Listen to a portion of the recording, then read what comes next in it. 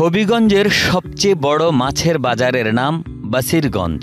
শায়েস্তাগঞ্জ উপজেলার নূরপুর ইউনিয়নের কাছাকাছি এই বাজার। পাইকারি এই বাজারে পাওয়া যায় পুকুর, হাওর ও নদ নদী এবং মুক্ত জলাশয়ের তরতাজা সব ধরনের মাছ। ঢাকা সিলেট মহাসড়কের কাছে সুতাং নদীর তীরে স্বাধীনতার পর থেকে এই বাজারটি চালু হয়। জেলার প্রাচীন এ বাজারে দেশি বিদেশি রুই, নানা প্রজাতির তাজা মাছ পাওয়া যায়। ক্রেতা বিক্রেতার জমজমাট উপস্থিতিতে প্রাণবন্ত হয়ে ওঠে এই বাজার। আর একটা সিলেট বিভাগের মাঝে ফার্স্ট মনে করি, এরপরে এখন হবিগঞ্জ জেলার মাঝে 1 নম্বরে আছে। পাইকারি এ মাছের বাজারে সারা বছরই পাওয়া যায় ইলিশ, রুই, কাতল, বোয়াল, আইড়, বাইম, গুলশা, চিংড়ি সহ নানা জাতের মাছ। প্রতিযোগিতামূলক দরদামে মৎস্য আড়তের মালিকদের কাছ থেকে মাছ কিনে নেন স্থানীয় পাইকাররা। অনেক ধরনের মাছ হয়, ট্যাংরা মাছ, সাইডা মাছ, বাগড়া মাছ, সোনা, অনেক ধরনের মাছ হয়।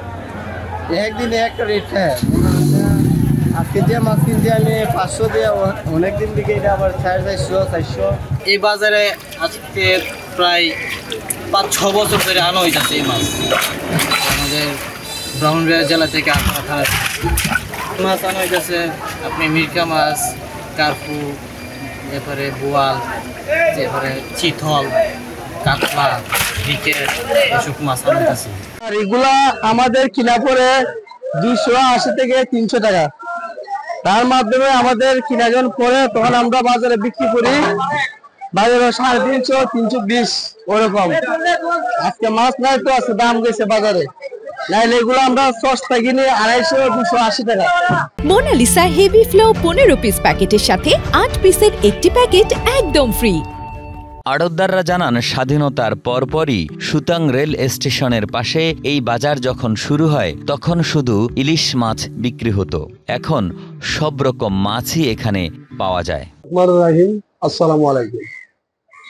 আমি এখানের একজন বিশিষ্ট এবং পুরাতন আড়তদার। আমরা সর্বপ্রথম মুক্তিযুদ্ধের পর থেকে পুরাতন রেল স্টেশনে আড়তদারি কিছুদিন করার পরে আমরা সুতাং বাসিরগঞ্জ বাজারে আমরা কিছুদিন করার পরে পূর্বনগর কেন্দ্রীয় জামে মসজিদের জায়গায় খালি জায়গার মধ্যে আমরা পরবর্তীতে আমরা আড়তদারি শুরু করি। এখানে 5-7 জন আড়তদার ছিলাম। এর পরবর্তী পর্যায়ে এগুলো আস্তে আস্তে ডেভেলপ করে আমরা আড়তদারি প্রক্রিয়া আরো বড় করি এবং এখানে সুন্দর সুস্থভাবে মাদ্রাসা কিনা হয়। আমি একজন নিজ আড়তদার। আমার বাবা পূর্বে প্রায় 60 বছর যাবৎ ব্যবসা করে উনি গুজারে গেছেন।